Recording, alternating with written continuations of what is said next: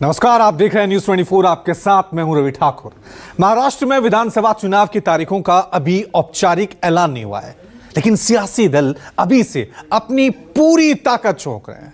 BJP की अगुवाई वाली महायुति जहां अपनी सत्ता बरकरार रखने की तैयारी में है, वहीं महाविकास आघाड़ी भी सत्ता पर काबिज होने के लिए हर रणनीति पर काम कर रहा है, जिसकी अगुवाई खुद उद्धव ठाकरे कर रहे हैं। उद्धव पिछले 3 दिनों से दिल्ली में मौजूद हैं और यहां अपने सहयोगी दलों के आला कमान के साथ लगातार मीटिंग कर रहे हैं। कांग्रेस अध्यक्ष मल्लिकार्जुन खड़गे से लेकर राहुल गांधी, सोनिया गांधी तक से उद्धव ठाकरे ने मुलाकात की है।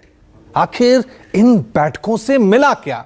सीट शेयरिंग को लेकर क्या फॉर्मूला बना? महाविकास आघाड़ी की ओर से कौन सीएम का फेस होगा? और महाराष्ट्र को लेकर बीजेपी की क्या है रणनीति? इस रिपोर्ट में देखिए।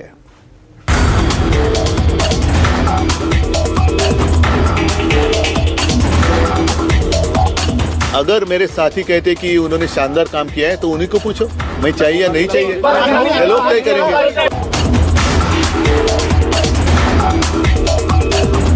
महाराष्ट्र में भाजपा के नेतृत्व में युति की सरकार बनानी है या नहीं बनानी है?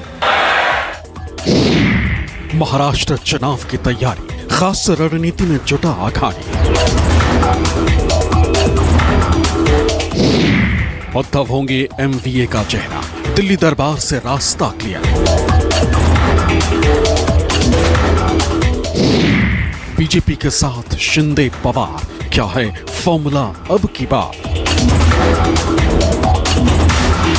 फॉर्मूला जीत का, फॉर्मूला सरकार बनाने का। दोनों तरफ से रणनीति बनाई जा रही, दोनों गठबंधन हर उस प्लान पर काम कर रही जिससे सत्ता की कुर्सी हासिल की जा सके। दोनों तरफ माथापच्ची जारी, मुंबई टू दिल्ली मंथनों का दौर चल रहा। कौन कितनी सीटों पर लड़ेगा, कौन सी सीट किसके हिस्से जाएगी, कौन किस गठबंधन का चेहरा होगा, इन तमाम मुद्दों पर मैराथन मंथन चल रहा। माना जा रहा है कि मुंबई से लेकर दिल्ली तक जारी बैठकों में लोकसभा चुनाव के नतीजों के आधार पर कई मुद्दों पर आम सहमति बनाने की कोशिश की जा रही है। 48 लोकसभा सीटों वाली महाराष्ट्र में इस बार इंडिया अलायंस का बोलबाला रहा है। 48 में से 30 सीट जहां इंडिया गठबंधन को मिली, वहीं एनडीए के हिस्से में महज 17 सीटें आई।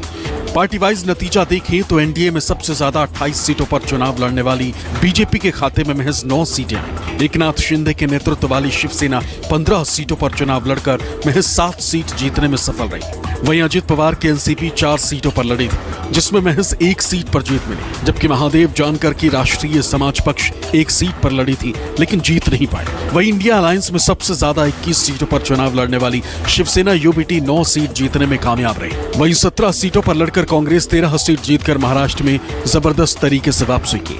शरद पवार की एनसीपी 10 सीटों पर लड़कर 8 सीट अपने नाम किया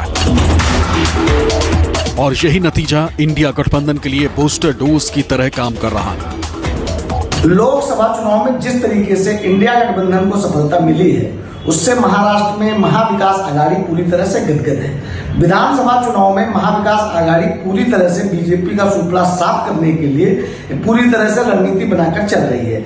इसमें शरद पवार, उद्धव ठाकरे और नाना पटोले सीट शेयरिंग में कोई बहुत ज्यादा विवाद नहीं चाहते हैं। जिस तरीके से लोकसभा में इंडिया गठबंधन को 153 विधानसभा सीटों में सफलता मिली है, उससे दोनों और तीनों पार्टियां ये सोचकर चल रही हैं कि कम से कम 200 विधानसभा सीटें जीती जाएं। इसी लिहाज से उद्धव ठाकरे, नाना पटोले और कांग्रेस सीटों का बंटवारा करना चाहते हैं। हालांकि सीट शेयरिंग में पेच भी फंस रहा है। हाल ही में वो लोकसभा चुनाव में राज्य में कांग्रेस बड़ी पार्टी बनकर उभरी थी, तो वहीं उद्धव ठाकरे की पार्टी दूसरे नंबर पे थी और शरद पवार की पार्टी तीसरे नंबर पे। इसके बावजूद आगामी विधानसभा चुनाव के लिए उद्धव ठाकरे अपने आप को बड़े भाई की भूमिका में पेश करने में जुटे हुए हैं। शायद यही वजह कि उन्होंने सीएम पद को लेकर अपनी मंशा भी खुलकर जाहिर कर दी, वो भी दिल्ली आकर। जब मैं मुख्यमंत्री बना तो मेरे सपने में भी नहीं था मैं कभी मुख्यमंत्री बनूं, ना कभी बनना चाहता था, लेकिन जिम्मेदारी से भागने वाला मैं नहीं हूं और इसलिए जिम्मेदारी आई, मैंने मेरी ओर से निभाने की कोशिश की। अगर मेरे साथी कहते कि उन्होंने शानदार काम किया है तो उन्हीं को पूछो, मैं चाहिए या नहीं चाहिए, ये लोग तय करेंगे। शिवसेना प्रमुख बाल साहब ठाकरे ने रिमोट कंट्रोल से सरकार चलाई थी, लेकिन उद्धव ठाकरे को सरकार में रह करके सरकार को चलाना है। वो एक बार मुख्यमंत्री रह चुके हैं, अब उनकी महत्वाकांक्षा बढ़ गई है। अब चुनाव के बाद निश्चित तौर से मुख्यमंत्री पद पर उनका दावा होगा, लेकिन उनके विधायक कितने चुन के आते हैं इस पर डिपेंड करता है कि उनका दावा कितना मजबूत होगा, क्योंकि महाराष्ट्र में कांग्रेस नंबर 1 पार्टी बनकर उभरी है और उनके नेताओं का दावा है कि हम विधानसभा चुनाव में भी ज़्यादा से ज़्यादा सीटें जीतेंगे और महाविकास आघाड़ी में नंबर 1 रहेंगे। यदि कांग्रेस की सीटें ज़्यादा आती है तो ऐसी हालत में उद्धव ठाकरे के मुख्यमंत्री की दावेदारी कमजोर होगी।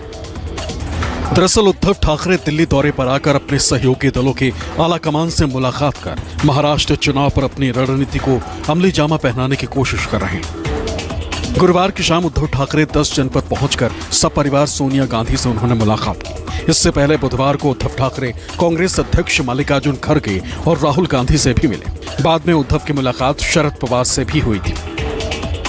उद्धव ठाकरे की दिल्ली में सोनिया गांधी, राहुल गांधी, मल्लिकार्जुन खड़गे और शरद पवार की मुलाकातों के बीच ये बातें छनकर सामने आई है कि होने वाले महाराष्ट्र के विधानसभा चुनाव में उद्धव ठाकरे के नाम पर शरद पवार और राहुल गांधी तो सहमत हैं, लेकिन चुनावी रणनीतिकारों ने इस बात का भी विकल्प दिया है कि आपसी सामंजस्य के साथ उद्धव ठाकरे को सीएम के तौर पर भले ही उन्हें इस बात की संतुष्टि दे दी जाए, लेकिन चेहरे के मुकाबले संयुक्त मुद्दों के आधार पर चुनाव लड़ा जाना चाहिए।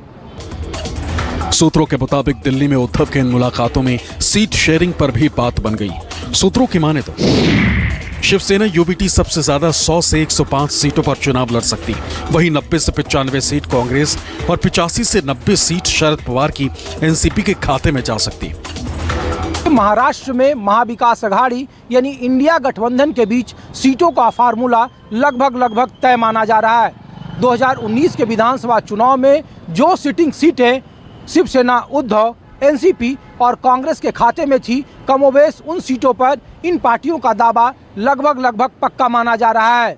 बाकी के बचे तकरीबन 114 सीटों पर सीटों के तालमेल को लेकर गठित कमेटियां आपस में एक दूसरे से बातचीत करेंगी।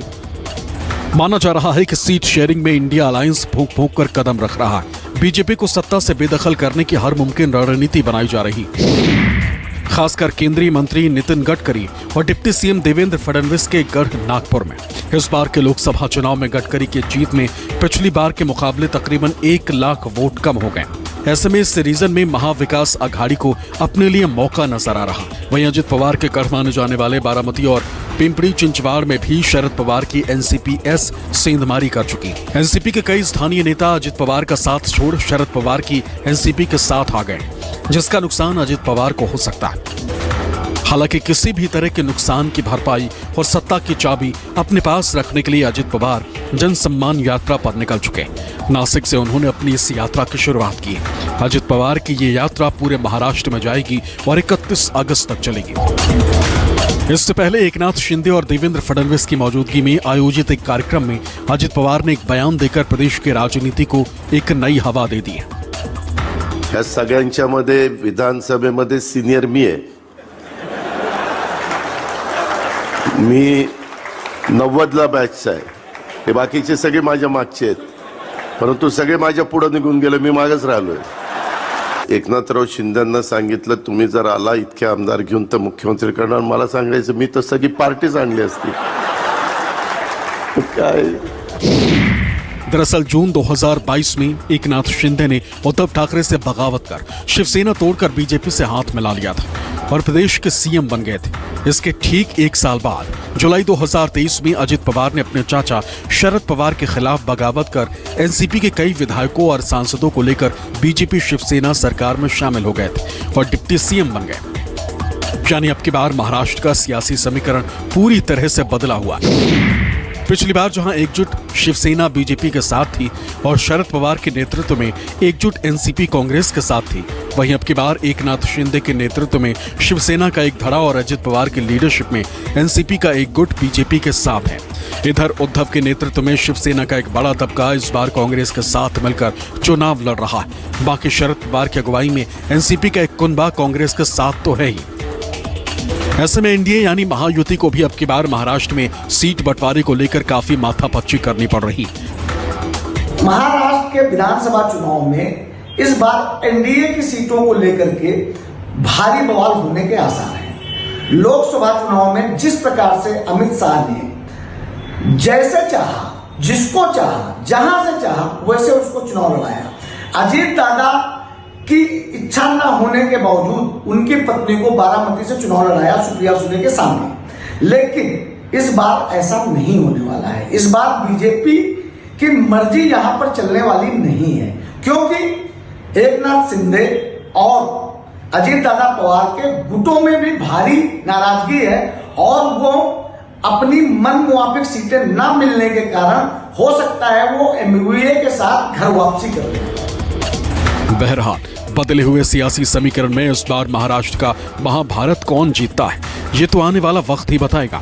लेकिन जिस तरह अभी से चुनावी रणनीतियां बनाई जाने लगी हैं, उससे साफ है कि अब की बार का महाराष्ट्र का चुनाव बेहद ही दिलचस्प होने वाला है। Bureau report, news 24।